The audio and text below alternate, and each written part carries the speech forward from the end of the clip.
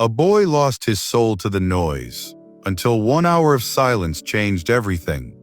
This happened to my neighbor's grandson, Marcus, 16 years old, always plugged in, earbuds in his ears from morning to night, phone buzzing constantly, music, videos, games, messages, never a quiet moment. You know this kid, don't you? Maybe you are this kid. Always consuming, always distracted, always moving from one thing to the next, without ever stopping to breathe. Marcus lived with his grandfather after his parents divorced. Old man named Henry, quiet type, spent his mornings on the porch, watching the world wake up. Two people in the same house, but living in completely different worlds. The noise was eating Marcus alive, but he didn't know it yet. His grades were slipping because he couldn't focus on anything for more than 5 minutes. Teachers would speak, but Marcus heard nothing. His mind was always somewhere else, craving the next notification, the next song, the next distraction. His relationships suffered too. Friends would talk to him, but he'd be scrolling on his phone, giving half-hearted yay. Even at night, his mind raced with fragments of everything he'd consumed that day. Song lyrics, video clips, random conversations, meaningless noise. He'd lie awake exhausted but unable to rest. But the worst part, Marcus was losing himself. He couldn't remember the last time he'd had an original thought. Everything in his head belonged to someone else. Other people's opinions, other people's music, other people's problems.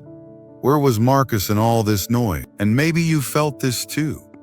That constant hunger for stimulation, that fear of being alone with your own thoughts, that addiction to distraction that promises relief but delivers emptiness.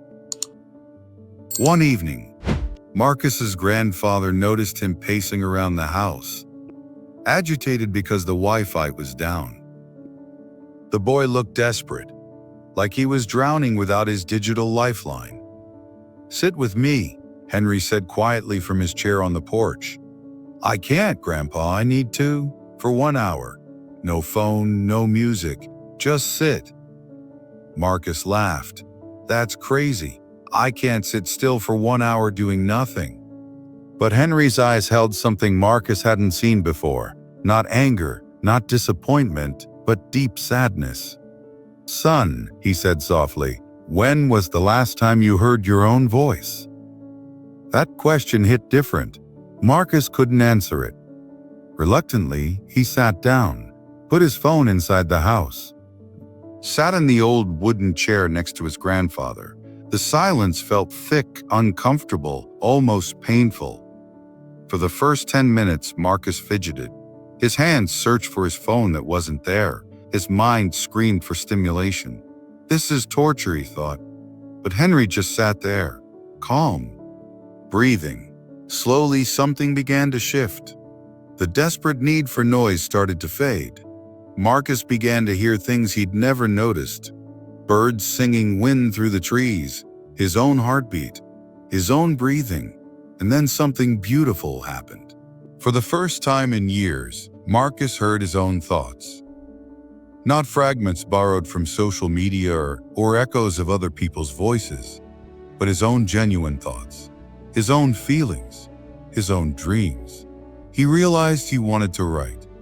He'd always loved stories, but had forgotten in all the noise. He remembered wanting to learn guitar, not to become famous, but just to create something beautiful with his own hands. He thought about his parents' divorce and felt the sadness he'd been avoiding. He thought about his grandfather's loneliness and felt compassion he'd been too distracted to notice. In that hour of silence, Marcus found himself again. When the hour ended, Marcus didn't reach for his phone. He looked at his grandfather and said, "Can we do this again tomorrow?" Henry smiled. "I've been waiting 16 years for you to ask."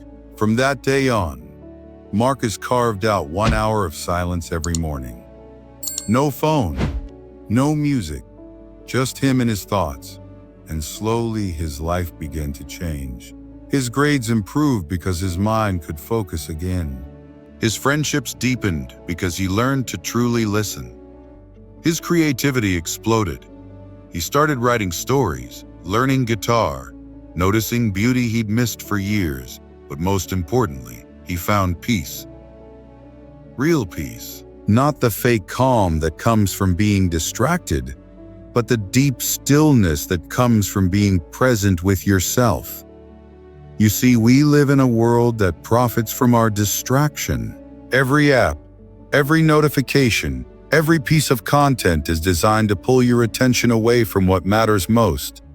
Your own inner voice, your own wisdom, your own life. And maybe you're drowning in noise right now. Maybe your mind feels scattered. Your thoughts feel borrowed. Your life feels like it's happening to someone else.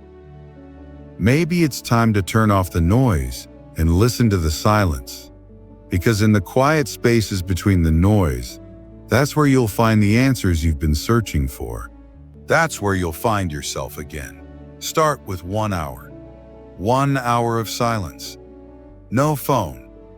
No music. No distractions.